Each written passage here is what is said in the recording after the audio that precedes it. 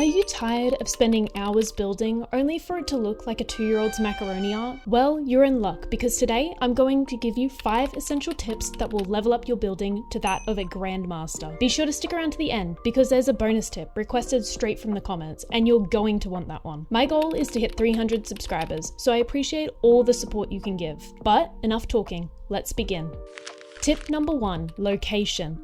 The first tip on this list arguably has the most impact on a build because it shapes it long before the first block is ever placed. For most builders, everything starts by choosing a few key things. Biome.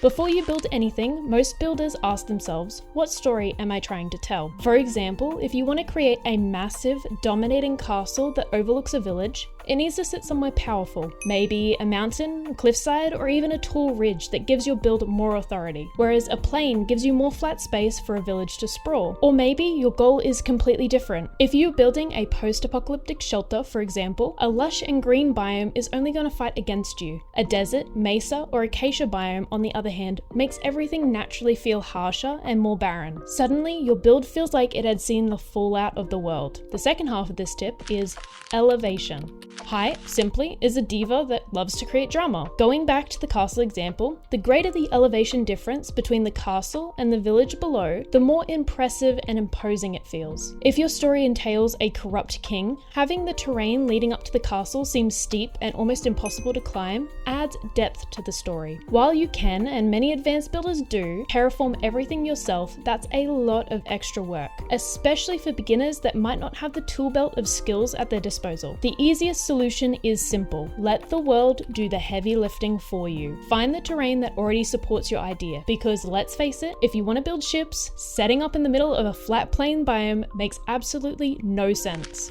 Tip number 2, structure. Now that you've spent time finding the perfect location, it's time to figure out the purpose of your build. Is this build going to be a tiny panic house to survive the first few nights, or a full-scale megabase? Maybe it's a combination of both with the possibility for growth over time. Once you know this, you can determine the scale. Scale should always be an intentional choice, based on what you believe you can finish. One of the most common beginner mistakes that I have fallen into is building something far too big, realizing halfway through you can't finish it, running out of motivation, and abandoning it. On the other hand, building too small can make a structure feel underwhelming and limit what you can do with it. Decide on the size before you start, not try to fix it later once the motivation has worn off. Next up is interior height. While yes, you can build with a 2-block ceiling, you're constantly going to feel like a rat living in a crawl space. Everything becomes too cramped to decorate, lighting becomes restrictive, and storage is absolutely non-existent, which for survival bases is an important part of them. For most house builds, I recommend 3 to 4 blocks high as a minimum for your internal height. This allows more options when deciding on lighting, whether you want them hanging or mounted on a wall above the ground, as well as more varied storage options. Overall, the proportions are better and you have far more room to breathe life into an interior. But once again, this all depends on the purpose set before. If you're designing a grand castle, a floor block ceiling will feel far too constricting. Larger builds often require more open interiors to match their scale. Otherwise, they can lose their sense of awe, power, and grandeur. And this leads directly into the next element,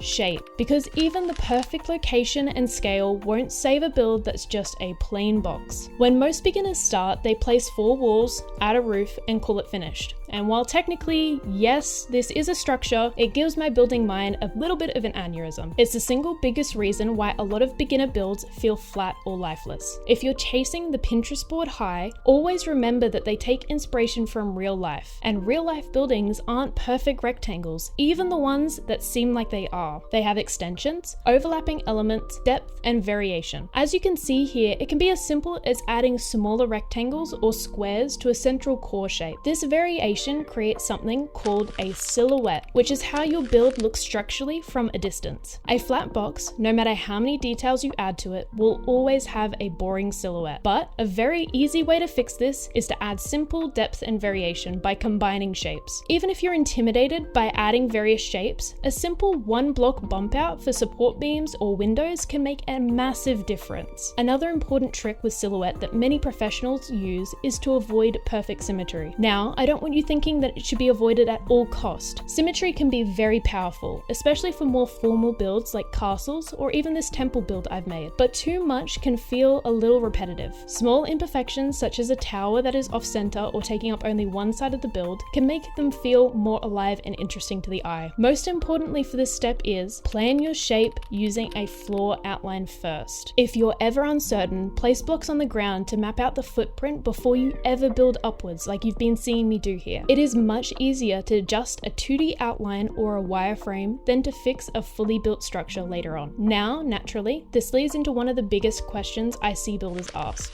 How do I start? And the answer is quite simple. Start with an outline. Don't worry about the walls or the roof. Just focus on making an interesting shape. You can even go as far as placing down signs for what each room will be to ensure you have enough space. If you want a 2-story build, turn your outline into a wireframe like the one I'm making here by building up vertical pillars. This will act as your blueprint and can really be made out of anything you have a lot of. It lets you see the scale, proportions, and overall shape before you commit to anything permanent. If something feels off, you can fix it in seconds. If you go straight into the building process and realize that the size is wrong, you've just created yourself 10 minutes of regret that a 5-second wireframe could have fixed. This process also helps with the next step. Tip number 3, block palette.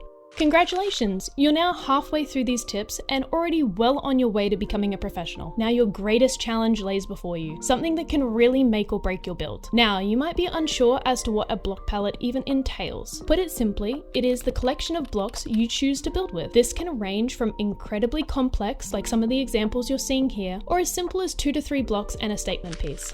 How to pick a block palette. If you don't know where to start, pick one block that you love first. Then, build a 4 to 5 block palette around it. It's much easier to build something that supports a strong central block than trying to force random blocks. But remember, if your palette doesn't work together, even the best structure will look like it's being dragged through the mud of a block randomizer. Ultimately, it comes down to 3 main things that you need to remember. Color.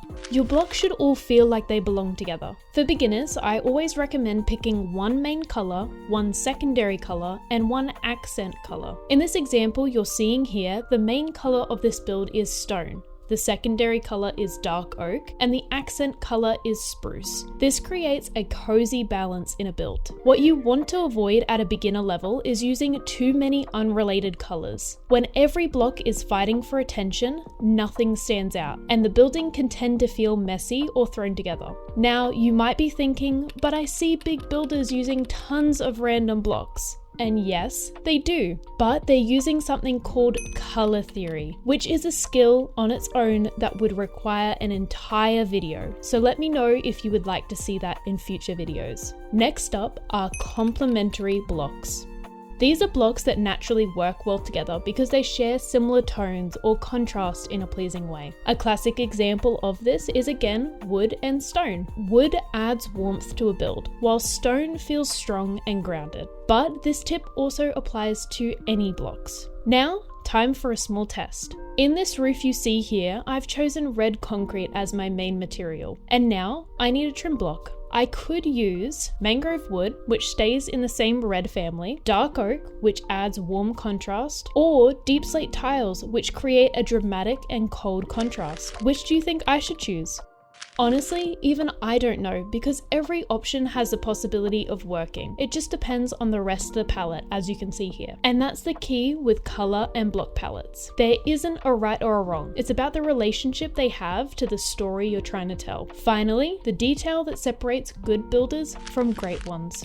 Texture. Texture defines the variation between blocks. This can be between smooth and rough, or even transitions between 2 unrelated blocks. Many beginners do one of 2 things. They either build only using solid blocks, or they hear the word texture and they panic, throwing up 30 different blocks onto their build like it owes them money. Both of these can ruin a build, and they give builders a little bit of a heart attack every time they see them. Instead, try following the 80-20 rule. This rule simply states that 80% of texture should consist of your base block, while 20% should be texture blocks. For example, if your castle is made of mostly stone bricks, texture could consist of stone, andesite, cracked stone bricks, and even cobblestone. This would add add good variation to the build and make it feel slightly more aged or worn, adding depth without changing the overall color. If you have to ask yourself what the base block is, you know you've gone too far in this process. Think of texturing as controlled imperfections, not random throw up. Once you get a good understanding of this concept, you can even start adding blocks that seem odd at first, but add more visual storytelling to the build. For example, in this castle build that I made for my 30-day series, I used moss-covered blocks closer to the river, while smoother and more wind-worn textures reached the spires. Your blocks stop being blocks once you develop this skill. They become your build's history. Now, the next tip is one I'd love to say is self-explanatory, but I see too many beginners either rush it or forget it entirely. And that is tip number 4, the roof. I get it. As someone who builds large and complex structures, the last thing I want to do after finishing the walls is spend another hour on something that is just a glorified lid. But here's the problem with that mindset. Your roof should be a feature, not just something to keep the rain off and keep you warm at night. In fact, in many builds, the roof can take up almost half of the visible structure, which in short means that if the roof looks bad, that's all you can focus on. The first thing to consider when building your roof is height. I see most beginner builds either make the roof too flat or sticking to what feels familiar. While stairs like these have a huge place in the table of building, sometimes builds require a more dominating and stronger silhouette to achieve the story they're telling. Even raising the peak by just a few extra blocks can completely change how impressive it can feel. Now, I understand how daunting this can be as a beginner, being told you shouldn't solely rely on stairs, but there are many references you can use for peculiar shapes, such as these that I'm showing now. In this build you see here, multiple roof lines were utilized to create visual interest while ensuring that the more hidden sections of the builds didn't draw too much attention. Now, how do you start? If this is still too intimidating, try a 2-step roof line like the one I'm showing here. Build the first overhanging layers the exact same, but place a block between the inverted and right side stairs to give it a step up quality you typically see in all fantasy builds. Speaking of overhang, this small change can make a huge difference. As this word entails, it means simply extending the roof one block past the front and side walls. Many real-life roofs do this, and when added to Minecraft builds, it instantly adds depth and realism. Without overhang, your roof can look like it's sticky taped on top of the walls instead of built into the actual structure. But if overhangs aren't for you, you can still make an interesting build. You just have to utilize different blocks like the ones I'm using here to allude to structural continuity. And that brings us into the biggest and final tip of all. Tip 5, detail. If you have followed every previous tip perfectly, you probably still feel like your build is a little empty, and that's normal. Detail is what fills that void, transforming a finished build into something that looks alive and lived in. The first and most important type of detail is depth. Similar to what we discussed within the shape tip, this simply means breaking up flat surfaces. When everything sits on the same visual line, the build can look a little bit muddy like this one here. Adding things like trapdoors, fences, walls, or stairs are some of the very simple ways of adding depth. As you can see, side by side, the second one definitely looks a lot better. Functional details. Functional details are details that look to serve a purpose. They can consist of things like lanterns, barrels or similar storage blocks, chimneys, and even support beams. Even if they aren't necessary for gameplay or never get used, they make a build feel believable and lived in. Some examples include the ones that I'm showing here. Environmental details. This is a step I feel most beginners forget. A build shouldn't exist in isolation. It should always feel like it belongs in the world. Add things around it like paths to doorways, bushes or flowers, rocks, or even moss and vines. These details connect your build to the world and stop it from looking like it's world edited into the space. But how do you start? I want you to build a simple wall, let's say 9 blocks long and 5 blocks tall. First, let's add a foundation block that varies with the wall material. Let's also add some stairs to parts of this to make it look a little bit more rundown. Now, we're going to make a small landing for a 2 wide door. Place some slabs leading up to it and carve out a 2 wide and 3 tall space. Add stairs to make an arched entrance and place 2 doors behind it. You see now we have this open space at the top. So I would like you to place trapdoors of the same material and fold them up so they're flush against the wall. When you step back and look at it, now you can see that your door is inset. Of course, now we need to add a small porch to cover this door. I'm using an accent color of spruce, varying it with trapdoors and slabs for small variations in height. Now the wall looks a little too bland. So first, let's add some texture with stairs to mimic missing blocks or masonry. Don't go crazy with this, and if you have added texture to the wall already, make sure you're also doing the same with stairs. If you replace an andesite, replace it with an andesite stair. Now let's carve out a small window and add a planter box below it. Let's trim it with the same secondary block we used for the porch roof, using things such as shelves and trapdoors for that added trim look. Add glass one block back from the wall for depth. Finally, let's balance the overall wall with a crawling vine towards where the roof would be, as it looks a little bland on this end. Small adjustments like these instantly breathe life into a build, and it really comes down to feeling what your structure needs. Do you feel like your wall needs a lantern? Add it, but be warned, details are both your biggest friend and sometimes your greatest enemy, and that's the hardest part of building: restraint. It's easy to think it needs one more barrel, one more vine, one more lantern, but let me tell you, piling on the details doesn't help. Details should support a build that already looks structurally good. If something feels off after adding details, the problem is probably found within the structure itself, not the decorations placed on top. At the bottom line, details shouldn't be used to fill every available block. They need to tell a story placed where they make sense. In a way, they're a form of your personality that you're weaving into the build and adding on top. Bonus tip. As promised, here's a little bonus tip directly from the comments. Developing and honing the skill can really set apart the good from the great builders, but I'm not gonna lie, it is one of the most complex on this list. Irregular building. Now, this is a multi-layered tip and can be applied to all 5 of the previous tips throughout this video. It can add a sense of whimsy or character that is unique to every build, but for now, I will focus on the main 3 forms that I think beginners can benefit from the most without overwhelming you. Irregularity in shape. Irregularity in shape can be something as small as an extension, wings, or small shapes connected to the core of the build. Think of a jutting balcony or a protruding roof section. Even the tiny additions create a more complex silhouette without overcomplicating the build too much. As you can see here, I'm using a lot of irregularity in shape to add visual interest. Once you have a good grasp on this, you can really start doing crazy things like adding, floating towers or overhanging rooms like the few build examples you're seeing right here from my 30 days series. Irregularity in height. Irregular shapes aren't just about the footprint of the build, they can also include the overall volume. As you can see in this build here, I have mixed together taller and shorter sections to add visual interest to the build. This makes interesting roof lines and can give narrower sections a little bit more depth. This can be as simple or as complex as you want it to be, but to start off, I would recommend just offsetting some of the walls of different shapes that you add to the main structure. Irregularity in the roof. Now this is the big one. Have you ever wanted to build large domed roofs or towering spires but really don't know where to start? Yeah, you're not alone. This trips up a lot of builders no matter how professional you think you are. Sure, there are tools like Axiom, WorldEdit, or even Google templates that I would definitely recommend you learn, but you don't need these to tackle these shapes. Here are some basic, rapid-fire tips that will help you approach any complex roof. For this example, I will first create a domed roof, followed by a basic spire. Both of them will use the same circle for its base, so feel free to copy the dimensions I have laid out here. For the dome roof, it's basically half a sphere, squished or stretched to match the height that you need for your build. That sounds really simple when I say it out loud, right? But in practice, it often takes a few tries just to get right. Step 1. Cut your 2D circle in half and rotate it vertically. You want the top of this build to have a flat space that is the same diameter as the sides of the 2D shape.